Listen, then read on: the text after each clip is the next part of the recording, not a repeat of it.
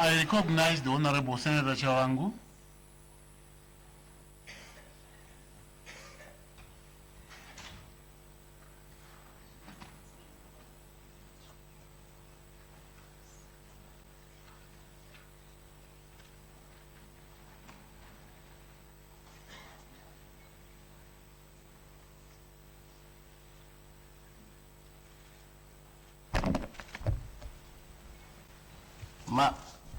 Mr. President, honorable members, fellow citizens, I know they are watching and listening. Mr. President, I rise today merely to debate the text before us. But the spirit of a moment that changed our nation forever.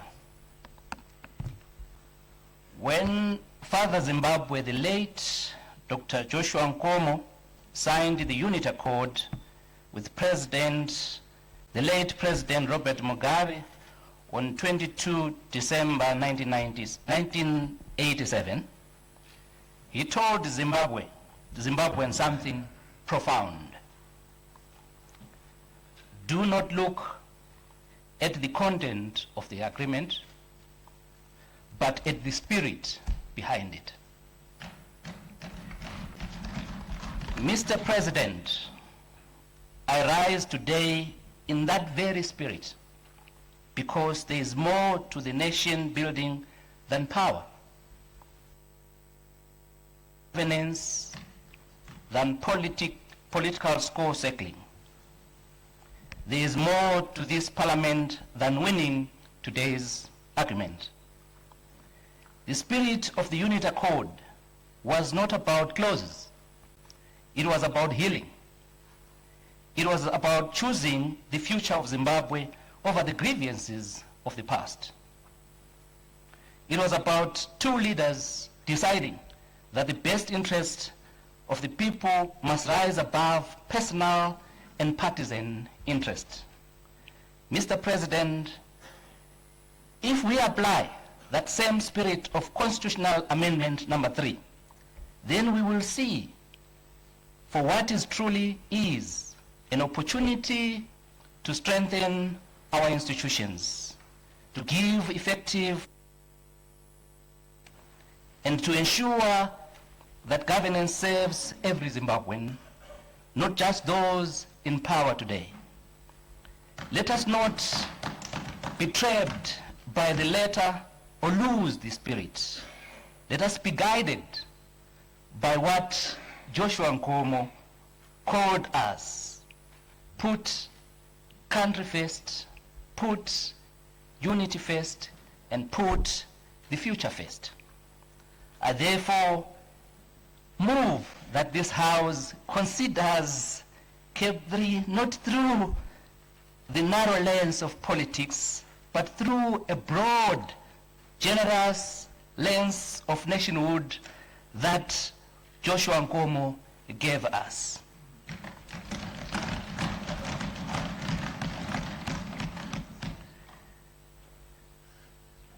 This amendment, after elections, Parliament elects the President among MPs.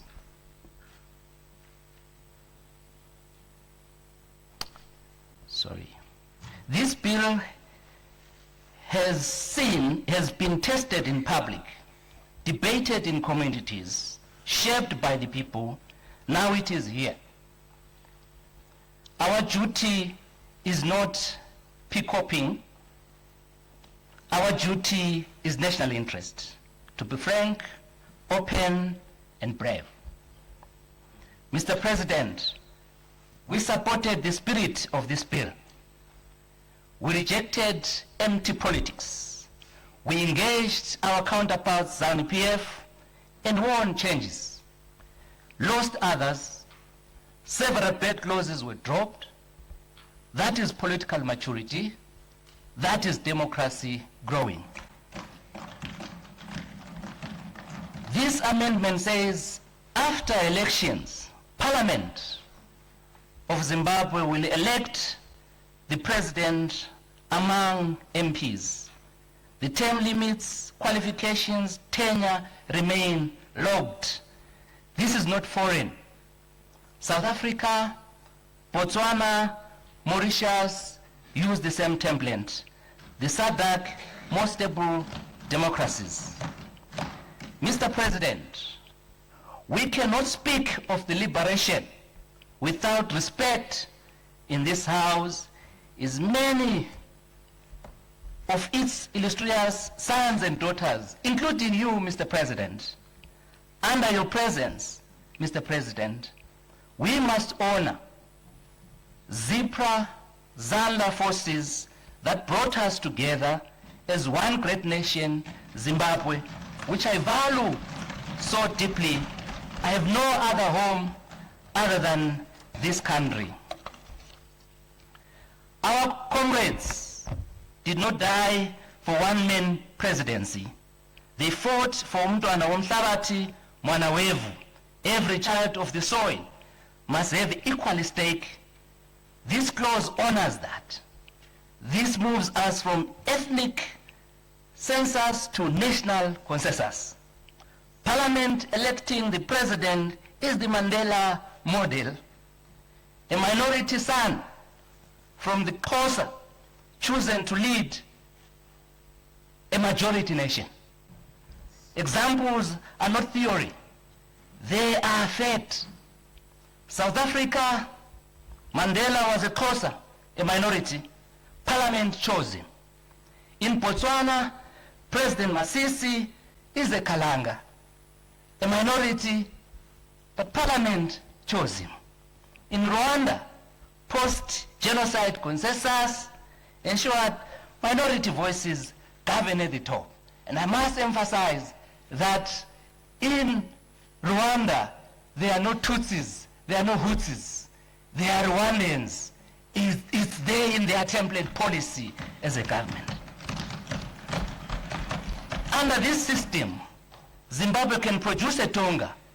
Under this system, Zimbabwe can produce a Kalanga. Under this system, Zimbabwe can produce a Venda to become the president of Republic of Zimbabwe.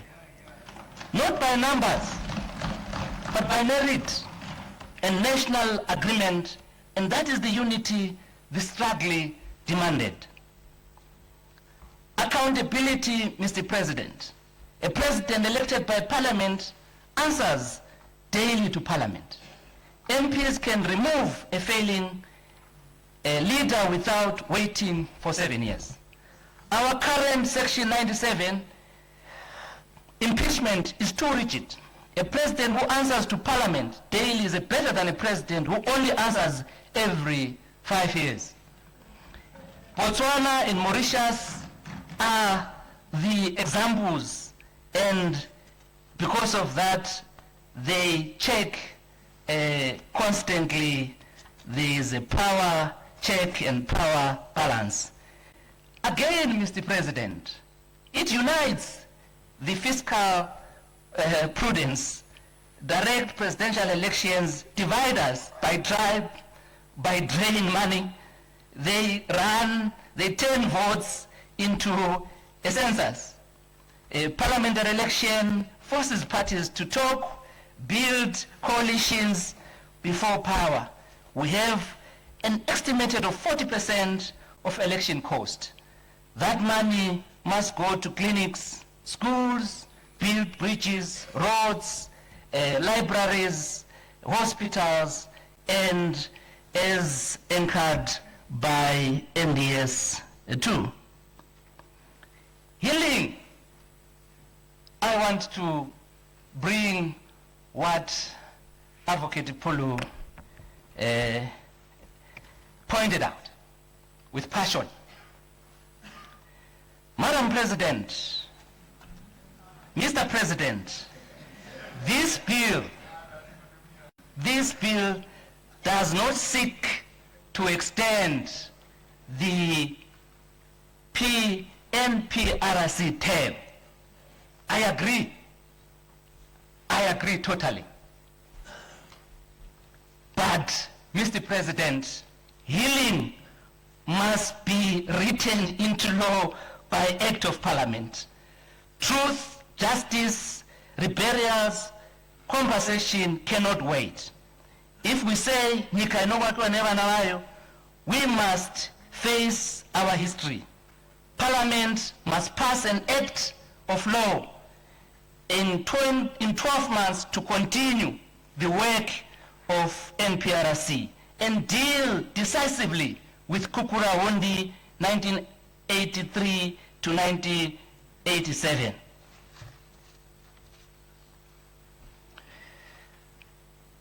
Mr. President, this is at the core of my heart.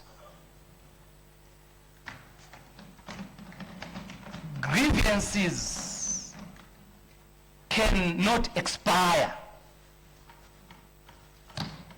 The people of Matabeleland, to date, they are still yawning.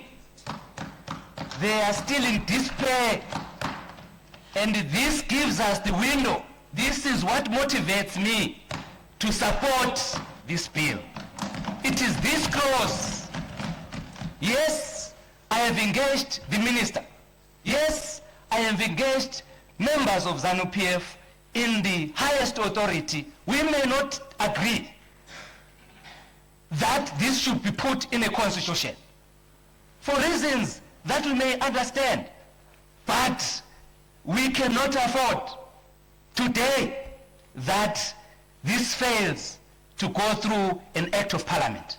I put the minister to commit himself that today, when he answers, that he is going to put into the act of parliament so that we bring closure, so that this gives the president of Zimbabwe his legacy.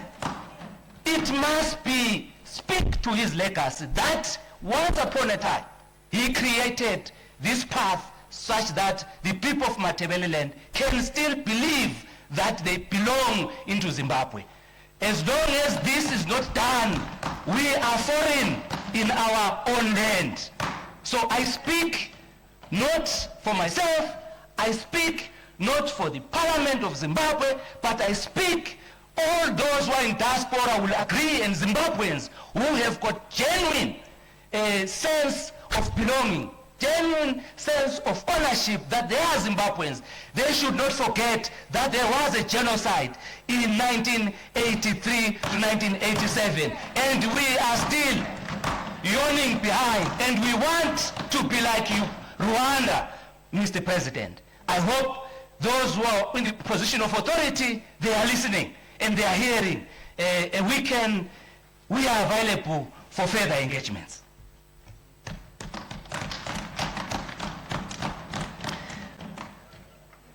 Mr. President, devolution, binding devolution, 15% minimum of national revenue collected by government must be transferred to the provinces, districts every year, not as the treasury may determine, not when there is money. 15% by law, formula by deadline. Provinces must plan their own budgets. Harare must not decide if Matabeleland builds a clinic or Mashonaland builds a road. The people of each province know they are paying best. Devolution Act, Fund Act within 12 months. Parliament must pass a law that locks the formula population plus poverty levels plus infrastructure gaps. No more political discretion. Time frame.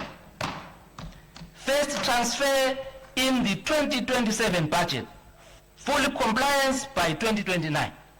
By 2030, every province must show clinics built, must show boreholes drilled, must show roads tired with money they controlled.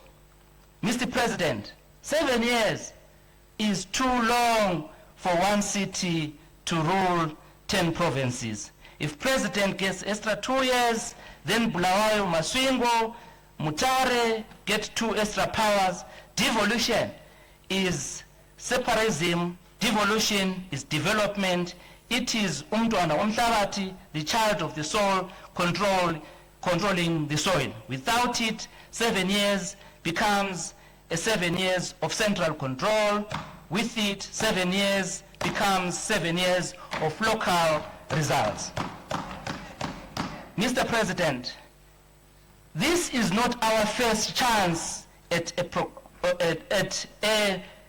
to have a progressive constitution. And I call upon those who will speak of a referendum. Order. Honorable member, you have got 5 minutes left. Mr. President, with your indulgence, I want to finish my speech if this House allows me to do so. If they allow me to finish my speech, I want to finish my speech. I request, Mr. President, to be given unlimited time and finish my speech.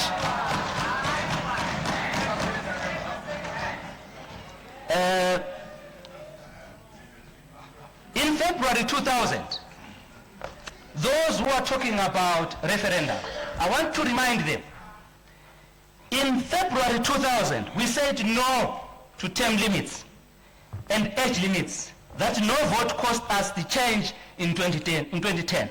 Let us not say no to progress in 2016. The draft of 2000, Madam President, it had Mr. President, the draft of 2000 had term limits, age limit of 70 years. No president above 70 could run. If Zimbabwe had voted yes, former President Robert Gabriel Mugabe would not have contested in 2010. He was 86. The same age limit will even have applied today to the current president. We lost generational change.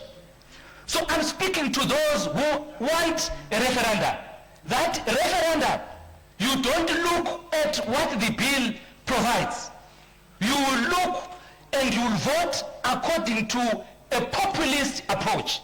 But look at where we are today because of the referendum that we lost in 2000. History cannot repeat itself. This is why we are here in support of this bill. Executive accountability, President, in 2000 bill, he was even in office, he could be sued. It guaranteed us a devolution, but we lost devolution. That we're still talking about it today.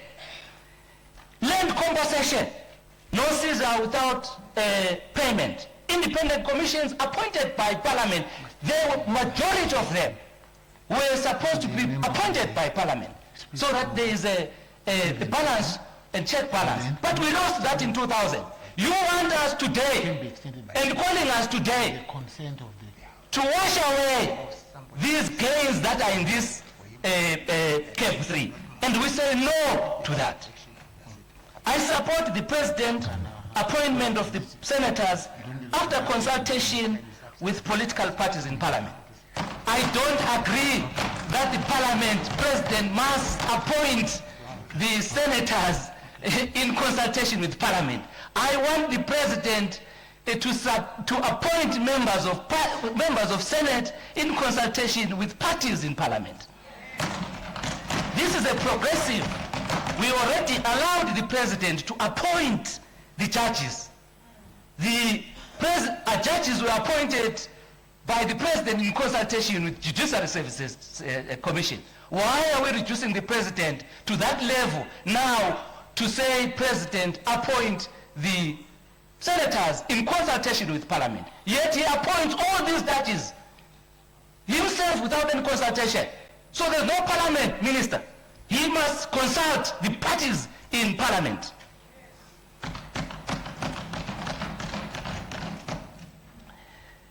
Mr. President, 7 years without daily accountability is a recipe for abuse. That is why CAP 3